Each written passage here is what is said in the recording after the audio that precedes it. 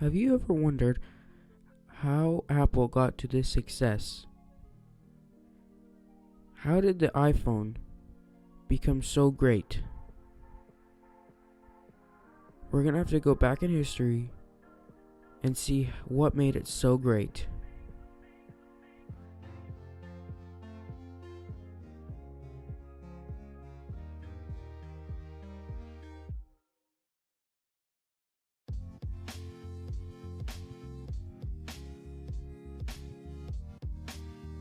The year is 1976, and Steve Jobs introduced Apple with the Apple I.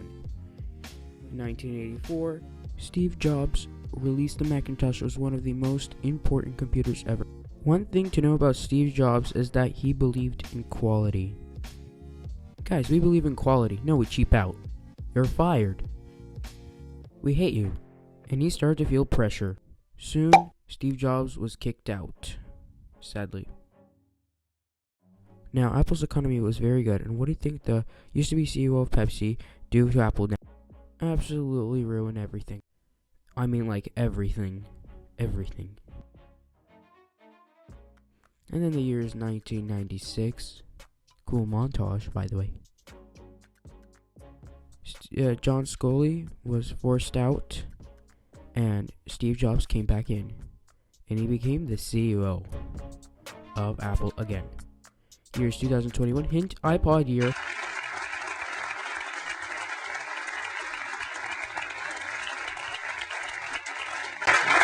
So, this amazing little device holds 1,000 songs, and it goes right in my pocket. The iPod first gen held 1,000 songs in your pocket, was 8.84 inches thick, synced with iTunes, had to use a hard drive. This is how you would add songs. You grab your iMac, iBook, or a PowerBook. Download a software called iTunes, like right here on either your beautiful devices. Buy a song for 99 cents a song. Plug in your thing. Do not disconnect.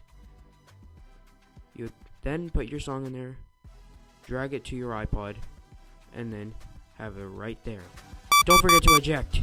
Always eject. Note, iTunes did not go with Windows first, but later was used with Windows. So you can use iPod with your beautiful Windows. Yes. Windows. Beautiful, beautiful, beautiful Windows. And now you would listen to your songs like always. And this brought the economy of Apple very high. There were different types of iPods that Apple made. The first one was the iPod Classic. It was a thick iPod that had 1,000 songs. Then was the Nano that was thinner than the average pencil and held 1,000 songs in your mini pocket. Then it was the Shuffle that was this tiny thing that had no display and played songs. And the iPod Touch, which was like a phone but had no cellular connectivity and it was tiny. And every iPod had its purpose and did it successfully. Everyone bought an iPod, whether they were rich and could afford the iPod Classic, very rich, for $500. Or it could be the poor who just needed $60 to buy an iPod Shuffle. Give me an iPod Shuffle. Okay. Or just the average person who just needed a Nano, and now Marcus is cool. Yeah. And this is the life of the iPod. And we're gonna experience it with these guys. Yay! Look at this beautiful iPod. When it looks at me, look really closely. See that word? Yeah, that word. Yeah, that one. Yes, that word. Yeah, podcasts. The word podcast meant personal broadcast. I misspelled LOL. And you would say your conversations like if pineapple really belonged on pizza. Another feature that the people liked was Souffle. It grabbed your song and mixed them in a random order. And soon the iPod began showing everywhere. Microsoft, a cool tech company, tried with the Zune, but we will not talk about what happened.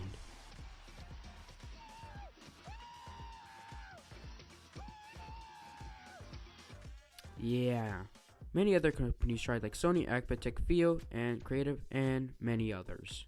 Dude, Even Crayola tried. Profit is very nice. Blah blah blah blah blah blah blah. Dude, stop making art stuff. Make an MP3 player.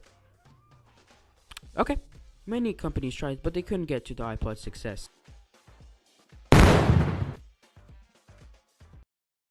The iPod was just simple.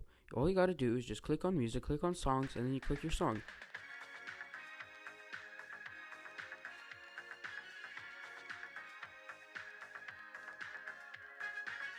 Ones were a little bit too complicated. Even listening to our iPod was different, in a good way. And little did they know what's gonna happen in the year of 2007.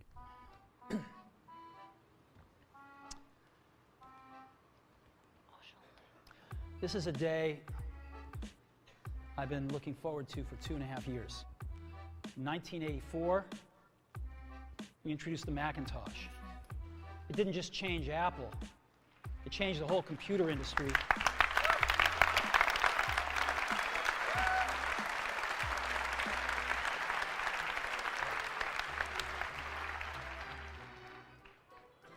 In 2001, we introduced the first iPod.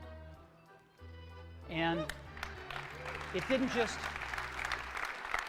just change the way we all listen to music. It changed the entire music industry. Well, today, we're introducing 3 revolutionary products of this class. An iPod, a phone, and an internet communicator. An iPod, a phone. Are you getting it?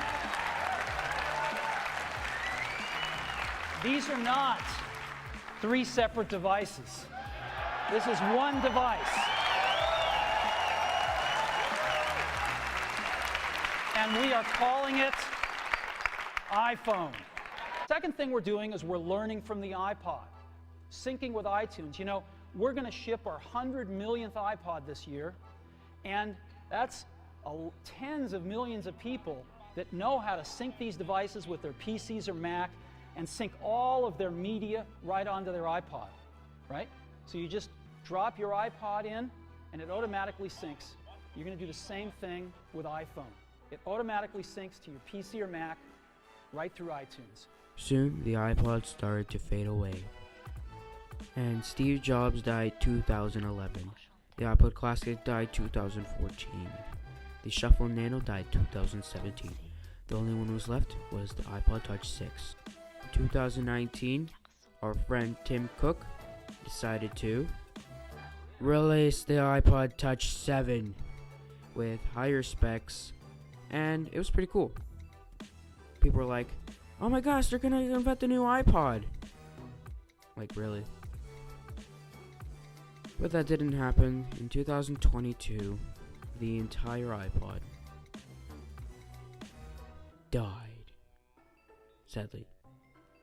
And I'm so sad because it was of this guy. This guy ruined the iPod.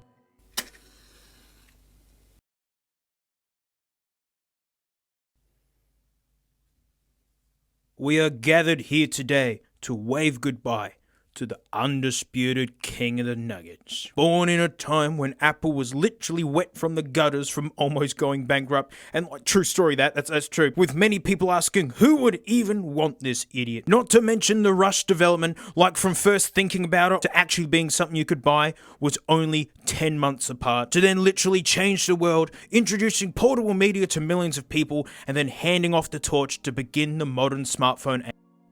But don't worry. There are people that still love their iPods. It was just beautiful. A YouTube content creator, DankPods, loves iPods.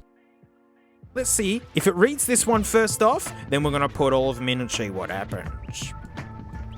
Gotta use the big Chungo battery just because, I just want this to boot up, no problems. All the hard drives out of this computer. I wanted anything that happened to be because of the iPod. And you know what? I plugged it in, flicked it on, And when I saw that Windows logo, I mean, I don't think I've ever been happy to see a Windows logo before. But then I got really sick of looking at the Windows logo, which is actually awesome to think that Windows 10 and Rocket League is in here somewhere. I mean, look at this. This is pretty cool. Like, look at that. Sick. Even though the iPod has died, Apple has left a feature. Thing's almost 20 years old. There's got to be no way. Wait, what? It sees it. And it can read the music on it? Are you kidding me? Wow. Get your old iPod, get your modern computer, launch Apple Music, and upload your songs. In conclusion, Stephen Levi stated that the iPod was not a device that Apple made to convince people that they need it. People were not needed to remind it that they love music. People knew that already, so all Steve Jobs did was to change the way you listen to music. And sure, the iPod was not the most perfect thing. It sure had its flaws. Well, mate, check it out. It's my good condition iPod. I'm just gonna put it in my pocket with my car keys just for a quick second, mate. Oh no! Oh, look what happened, mate. Worse. Take over 50,000, mate. They run out of RAM and crash. Changed the music industry and the company. Bankrupt. Get some 90s Max on screen. Whew. Can you believe people didn't want these? Steve Jobs had just come back, basically cancelled everything that they're working on. They were just like, stop it. No one wants these. The iMac had come out and Apple was wet from the gutters. They were out of the gutters, but they were soaking wet. Like, to team up with Apple at the time, I mean, yeah, today that'd be a no-brainer, but back then it was like, you guys are kind of wet from the gutters, huh? People loved them. Everyone was happy when they had one. And that is the end. Except for John Scully, he was still crying.